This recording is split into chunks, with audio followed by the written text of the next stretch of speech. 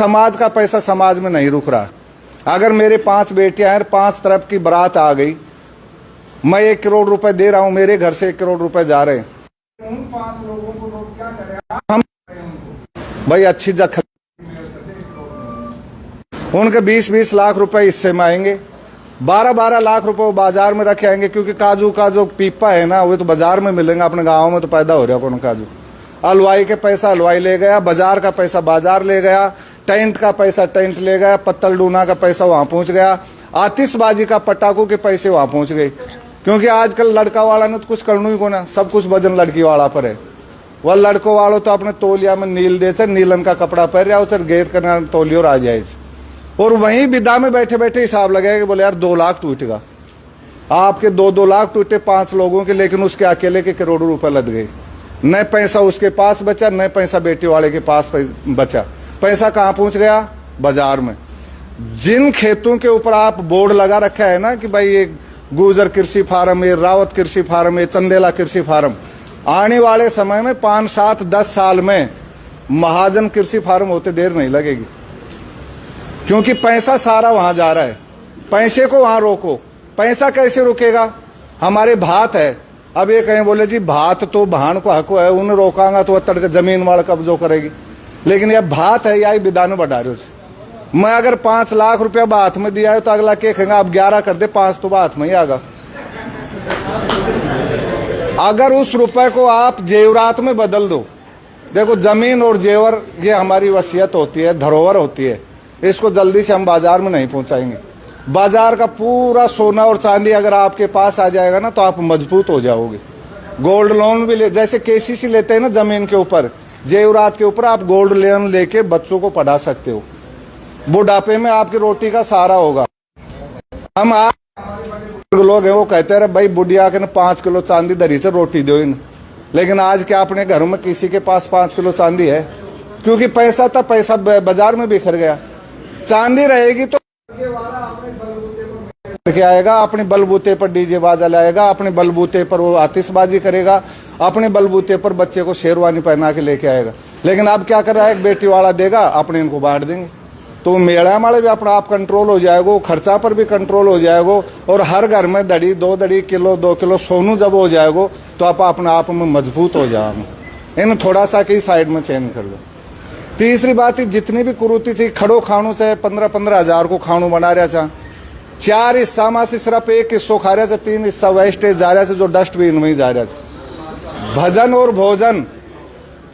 और भोजन आसन पर ही अच्छे लगते हैं। अगर इनको आप आसन पर कर दोगे, बैठा के खिलाना शुरू कर दोगे ना, बहुत कुछ पैसा बच जाएगा।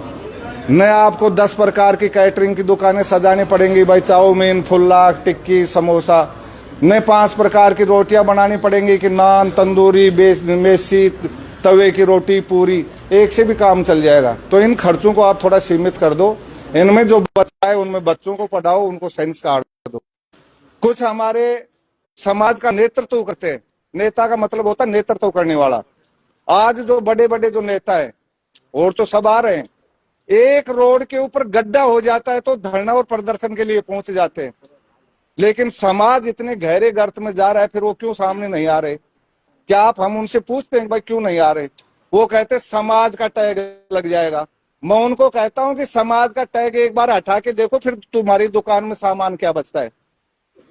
भाई उनको आना भी चाहिए ना इन चीजों के लिए, उनको आवाज मुखर करनी चाहिए। आज अगर वो नेता की रैली में जाते हैं तो 10-10 हजार का काफिला लेके चले जाते, लेकिन हम और आप सिर्फ वो गिलहरी प्रयास कर रहे हैं। जो जब राम सेतु का निर्माण हो रहा था तो एक गिलहरी थी जो समुद्र में डुबकी लगा के रेत के ऊपर लेट के अपने शरीर पर रेत चिपका के उस पुल के ऊपर झाड़ रही थी। प्रभु श्री रामचंद्र जी उसके इस कार्य को देख रहे थे। वो गिलहरी को हाथ में लेके बोले तू इतनी नन्ही सी गिलहरी क्या कर रही है? बोला जब आपने धर्म युद्ध छेड़ दिया, एक नारी के सम्मान के लिए, माता जानकी के लिए आपने जब धर्म युद्ध छेड़ दिया, तो मैं भी उसका हिस्सा बनना चाहती हूँ, और मैं ये चाहती हूँ मैं जो भी काम करूं मेरे बूते से बाहर कर रही। तो हम तो नन्ही गिलहरी बैठे हैं, साहब जो सब बैठे, अंतिम पंक्ति का जो आदमी बैठा है वो भी समाज में बहुत बड़ी भागीदारी निभा रहा है। आप और बिगाड़ कौन रहे हैं? बिगाड़ सिर्फ वो रहे हैं जो अभी चेतिया खड़ा हुआ है मेरा जैसा नया नया करोड़पति, क्योंकि उन्होंने अपनी गरीबी में दफन करनी है, और उन्होंने चाहिए बहाना साहब जन्मदिन कार्य करो। अब मैं अगर बुढ़ापा में भी जन्मदिन मना रही हूँ, मैं तो बूढ़ो डा शोटन कर रही हूँ। क्यों?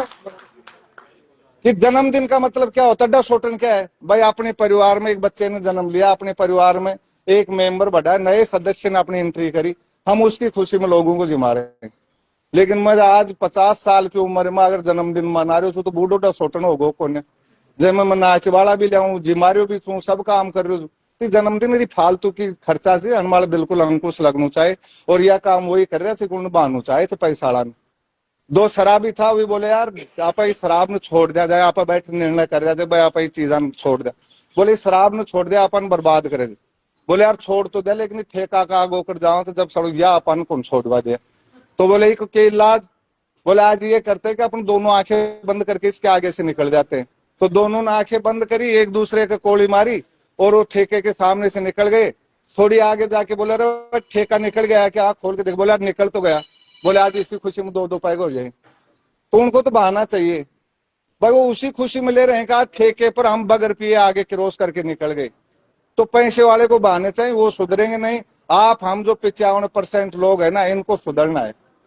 देख की जो प्रतिस्पर्धा है, जो भाई को भाई से पिटवा रहे, उसने लाख दे दी तू 1.25 लाख दे दे, उसने 1.25 दे दी तू।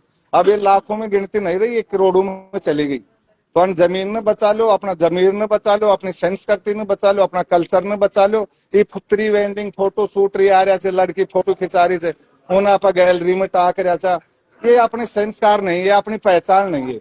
हमारा कल्चर, हमारी संस्कृति इस चीज को स्वीकार नहीं करती। तो इतनू मेहरबानी करियो कि ये थोड़ा संस्कार डालो, शिक्षा में बढ़ावा दो। और आप सब लोग 5 अक्टूबर को अगर ज्यादा से ज्यादा पहुंच, कोशिश ये करो कि हर घर से एक आदमी पहुंचे। जब जेल भरो आंदोलन में बाबा कर्नल साहब के एक आवाज पर जेलें कम पड़ गई थी, स्कूल कॉलेजों को जेल बना दिया था, उसमें हम पहुंच गए थे क्योंकि उस दिन मांग हमारी सरकार से थी। लेकिन आज तो सरकार से मांग नहीं है, हमारी बातें हमें ही माननी है। तो ज्यादा से ज्यादा लोग कोशिश ये करो कि हर घर से एक आदमी पहुंचे। इस चीज का संकल्प लो कि ज्यादा से ज्यादा, अगर वहां 500 आदमी इकट्ठे होंगे तो ये कहेंगे कि कुछ भी नहीं, और आप 50 इकट्ठे हो जाओगे ना, तो मैं दावे से कहता हूं कि निश्चित परिवर्तन आ जाएगा और समाज में परिवर्तन की लहर आ जाएगी।